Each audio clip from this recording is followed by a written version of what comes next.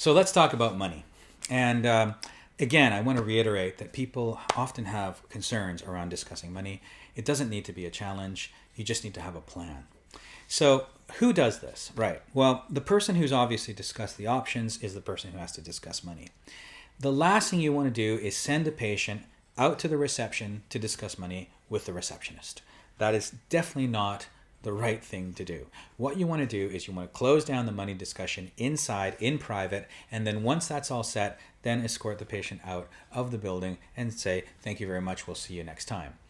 This is not the time to have them put into a reception room, and certainly not a time to have discussions about money in public. That will really do everything to shut down the money discussion, at which time the patient will say, anything is better than this. I'm going to have to contact you on the phone later. Give me a call. So this is not what you want to do. Right, so you want to have the patient coordinator be discussing the money.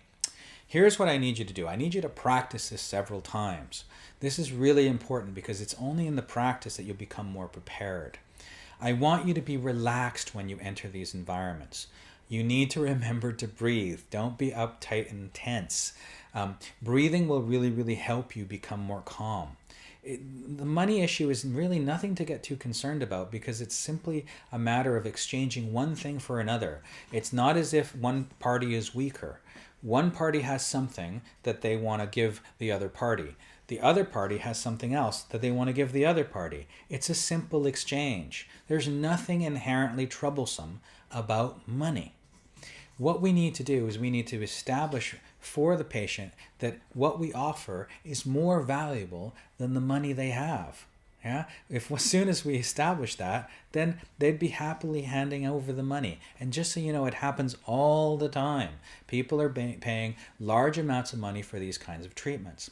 Another thing I want to mention too is that people who are actually in these jobs, patient coordinators, they may look at 2,000, 3,000, 4,000, sometimes as high as 7,000 pounds or euros as an enormous amount of money. And it's completely natural to look that way. Most of us in these kinds of positions don't make that kind of money very easily. However, the patients that are walking into these clinics, they're completely prepared with the idea that they actually are going to have to spend that kind of money in order to have these procedures. So don't get too apprehensive around these amounts. A large amount for one person may be actually entirely manageable and sometimes even a small amount for someone else.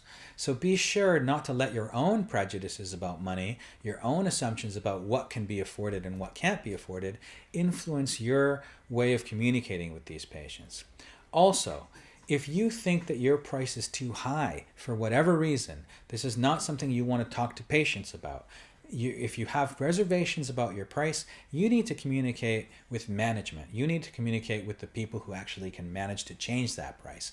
If you're walking into an environment where you're discussing money and you feel that it's overpriced, you're going to telegraph to the patient, and you're going to give them all the excuses they need to distrust that you're offering something that is good value for money. So don't do that. Now, if you're sure that you're comfortable with offering the right amount for the right procedure, you want to be confident. You want to assume that they want to be a patient. Again, once we've already discussed all the other issues related to this particular procedure, then we have to be sure that they want to be a patient. That's when we're going to be discussing money. That doesn't become an issue anymore. We know that they want to be a patient. They've told us as much. So don't use conditionals like if and maybe, and don't apologize. That's really, really important as well. Be tenacious. If somebody says no to you at first, it's handling objections that gets us past the second no and the third no. Some people say, well, when do I stop? When is it being too pushy? I would suggest that after you get 3 no's, that's plenty. You want to stop it right there. You're probably not going to get any further. But really, if you don't try a couple of times to either change the arrangement, change the deal, change how you're speaking about it, change their perception, then really you're not doing a good enough job of being a salesperson. You're essentially just taking the orders when they're presented to you. It's nice and easy when people are more than happy to hand over the money. It's a little bit more difficult when you're actually having to negotiate. So Be tenacious, be flexible. Remember that there's lots of different ways to organize this. The more options you have to make it more comfortable for patients financially, the better things will be for you. As well, be conscious of the fact that you can always take it away. Remember a little while back ago, we were talking in the intent statement when I talked a little bit about takeaways. Well, this is an excellent opportunity to provide a takeaway. If a patient is humming and hawing, now, of course, if they're absolutely resolutely against the whole idea of paying the money, a takeaway is not going to make any difference whatsoever. You're well past the psychological issues here. This is more about value. However, if the patient's on the fence, if the patient's not entirely decided, but you can tell they really want to do it, because what you're imagining here, or what you have to imagine, is that there's an internal struggle going on. The patient is putting pressure on themselves because they really, really want this. They're very enthusiastic, they're very excited, but they're struggling with this idea of justification. Is it right to spend this much money in order to get what I want? Okay? A good solution for this is to take it away. And I can't tell you how many times this has worked for me. When you actually are dealing with somebody who is on the fence as to whether or not they should pay you money for what it is that you're offering, when you offer them a takeaway, they all of a sudden change their approach and then come to you. I'll give you an example. You can very simply say to people, listen, it sounds to me like you have some concerns and that you're not entirely sure about this particular choice at this particular time. Don't worry. If this is not something that you're really serious about, that's entirely appropriate, and we can always come back to it later. There are many other patients who would happily take these particular times and slots. So what you've done there now is you've taken away that candy again, okay? And if they're at all on the fence, there's a very, very likely chance that they will then follow through and want that candy back. Again, it's important to give it back to them and say something like, well, there's many other patients who might want those slots. However, if you really do want this and you really want to make that vacation in Norway to go snowboarding in November, then I think you really should consider taking it. Why don't you just do it? Once you do that, you'll find it amazing how many people go, yeah, all right, go on then. And they'll actually go ahead and commit right then and there. All they needed was the idea that you were not pushing it on them. That's all they needed. They needed to know that you were happy to withdraw and say, listen, it's okay if you don't want to do this. It's up to you. You're not going to break my heart if you don't have this procedure. We'll move on. Everything will be okay. As long as they understand that, as long as they feel like, okay, you've detached yourself from the outcome, it's miraculous how often they will then come back to you and say, okay, give it to me. I want it. Try it if you don't believe me. It happens all the time. Now, you have to also be honest with yourself, because many patients will say to you, look, listen, I just want to sleep on it. I just want to think about it. And that's entirely fine. You have to be conscious of that. But also, please be honest with yourself. The more people go away from the appointment, the less likely they're going to actually want to buy it. Okay? It's the people who make their decisions right then and there. That's typically the people that are going to go forward. Many people will go away, and many of those people will never come back. And if you fool yourself into this idea that all of those people will come back, you will lull yourself into an approach that requires less effort. You need to consider that you have this person right in front of you. You have given them 90 minutes to 120 minutes of clinical time. Typically, it's been for free. It is now the time to enhance that principle of reciprocity. We have given you what you wanted. Now let us give you what you really want. That patient at least owes you the honesty in order to provide for you what objections they have. Now, when it comes to actually showing money, we have to make sure that we remember that we limit this to 2 options. And we defer no time. So we're talking about dates, Monday and Tuesday. Those are the 2 options. Morning or afternoon, that's fine there. And then we can get on to the money aspect. Now, I would also say that it's important for you to assume the close. It's important to assume that the patient is ready to move forward once they've selected those dates. Really, the question about money shouldn't even be a question at all. once they've selected those dates, then it's time to just move right into asking for the money.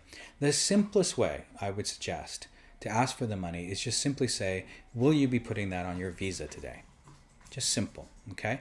What that suggests is that it's not a question of whether or not there'll be money exchanged. It's a question as to how you're going to pay. Another way of dealing with it is, would you like to pay for this on credit or debit? Another way of dealing with it might be, would you like to pay for only the initial investment, or would you like to take care of the whole sum up front? Okay? There's a lot of different ways to offer them options without necessarily asking if they want to pay or not. Now, if they want to just look at the initial investment, what you want to do is you want to list on the money worksheet. You want to get them get a firm yes or no on the total. Okay, the total is the total. So in other words, if the total is £5,000, then you want to get a firm yes or no that £5,000 is right for them. Then, if it's a no, then you can then offer them the opportunity to look at the initial investment.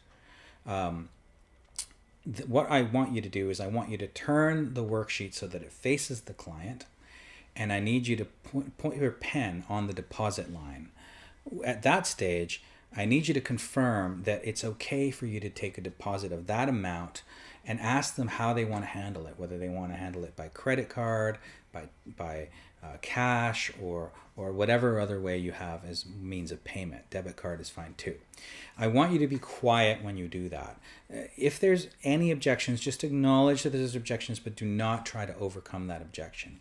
Just redirect and go back to if it's okay for you to take that deposit. Now, they might come back to you and they might say to you, I want to think about this for a while. And it's really, really quite challenging at this stage to talk a little bit about that, because at this stage, you really should have done your job to not have them think about it. But many patients will still want to think about it. The reason that's happened is because you haven't done a smooth front end. If you've not done a smooth front end with the discovery, the warm-up, the intent statement, the recommendation, the examination, then chances are that the back end's not going to be very smooth either, the back end being the options and the money. So really it all depends on doing the earlier stages right in order for that trust to be established, so that you can continue into the back end appropriately. Another reason why they've said I want to think about it is because you've probably given them way too much to think about. You have given them too much detail. You've given them way too many options. You've allowed them perhaps way too much time in between the stages. You've given them too much time and room and things to think about. I think as well, you might have also accepted compliance answers along the way. Compliance answers, again, are the kinds of answers that are just kind of nods and smiles, as opposed to real engaged answers which respond to your questions and whether or not they want to agree with you. I think as well, if you have, I want to think about it a lot, then chances are you need to work on your urgency. You haven't created enough emotion in the conversations in order to establish those desires, to get those desires high for people to just overcome their natural resistance to making decisions. I need you to practice this several times. After you've shown the amount that's on the deposit, then you confirm that the rest of the amount is okay for them. If you need to go to financing, then you can start going into those conversations after you've confirmed that the overall amount is okay. And with that, you've asked for money. Again, the critical component here is really to not overcomplicate it, to be really, really calm, to be very relaxed, and break it down into manageable steps. To reiterate, you want to make sure that the total is okay first, and then you focus them mainly on the deposit. Again, the deposit is typically all you need to get things moving to the next stage. They can handle the total at the actual consultation, at the actual treatment. It's very rare for patients to pay a deposit and then cancel out as a result of a second thought after they've paid that deposit. It just doesn't often happen. So there you have it. Now you've actually effectively asked for money. you've gotten what you needed, and it's time to shake hands with the patient, say congratulations, and wish them farewell until you meet again, potentially at the treatment. Now, after the treatment's all done, that's great. They should have a very good result, as most people with these treatments do. And really, at this stage, it's time to think about asking for some referrals. And that's exactly what we're going to get into next.